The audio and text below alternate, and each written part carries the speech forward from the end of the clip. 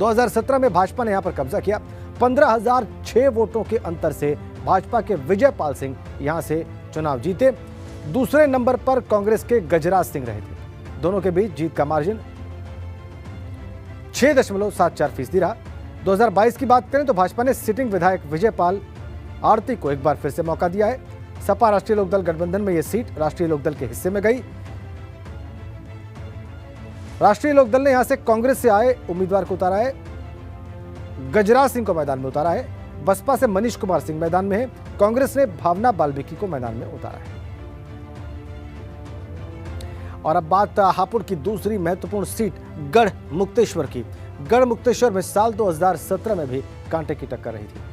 15.92% के मार्जिन से 2017 में भाजपा के कमल सिंह यहां से चुनाव जीते थे।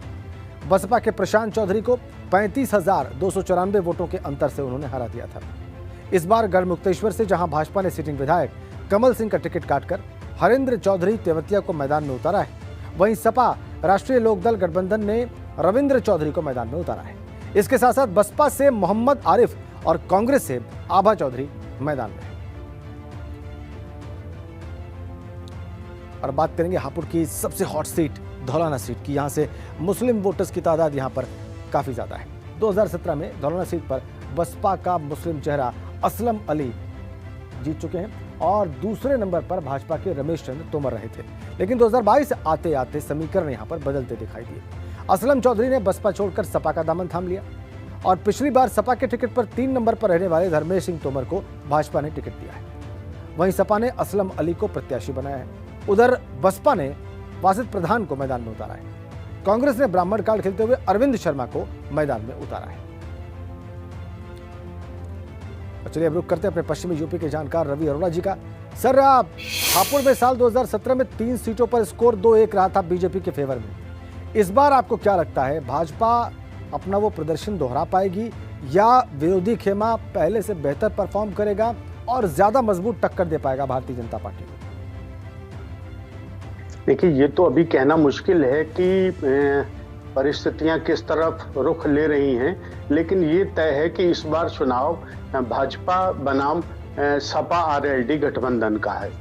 आपने जो अपने प्रत्याशियों की सूची जारी की, अभी आपने सबको दिखाया, उसमें एक आप खास बात आपने नोट की होगी कि हापुड़ एक वैध ऐसा जिला है जहां पर दल बदल का सबसे रोचक खेल हुआ है जी।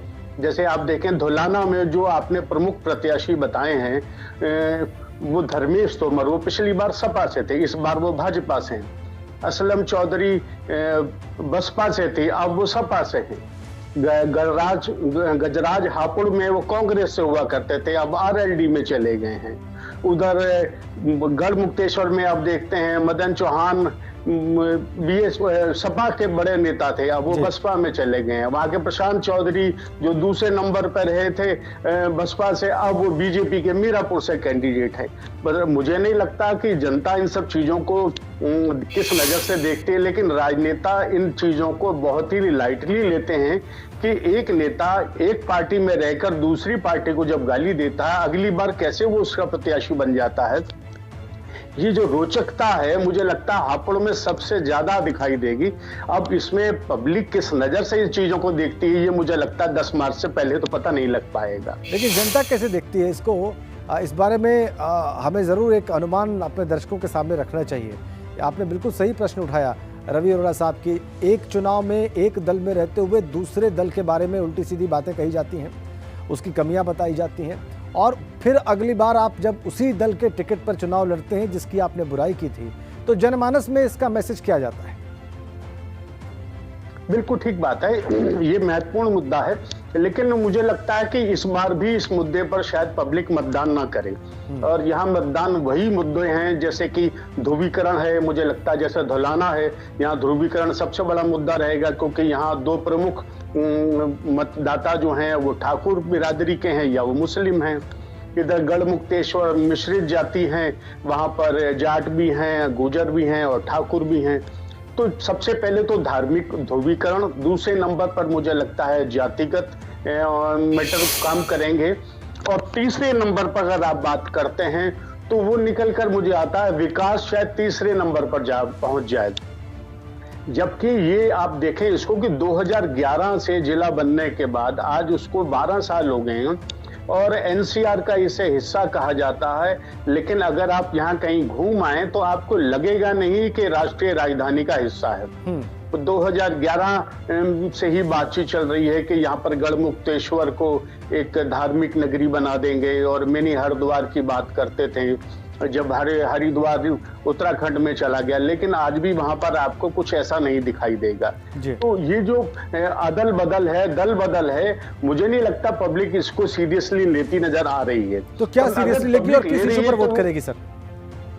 जी, किस इशू पर पब्लिक वोट कर सकती है? सबसे बड़ा मुद्दा क्या हो सकता है? मुझे लगता है ध्रुवीकरण तो धौलाना में तो मुख्य तौर पर ध्रुवीकरण मुद्दा रहेगा और गढ़मुक्तेश्वर की बात करें तो वहां पर किसान आंदोलन का मुझे लगता है असर पड़ सकता है। आपने धौलाना की बात कही, ध्रुवीकरण की बात कही।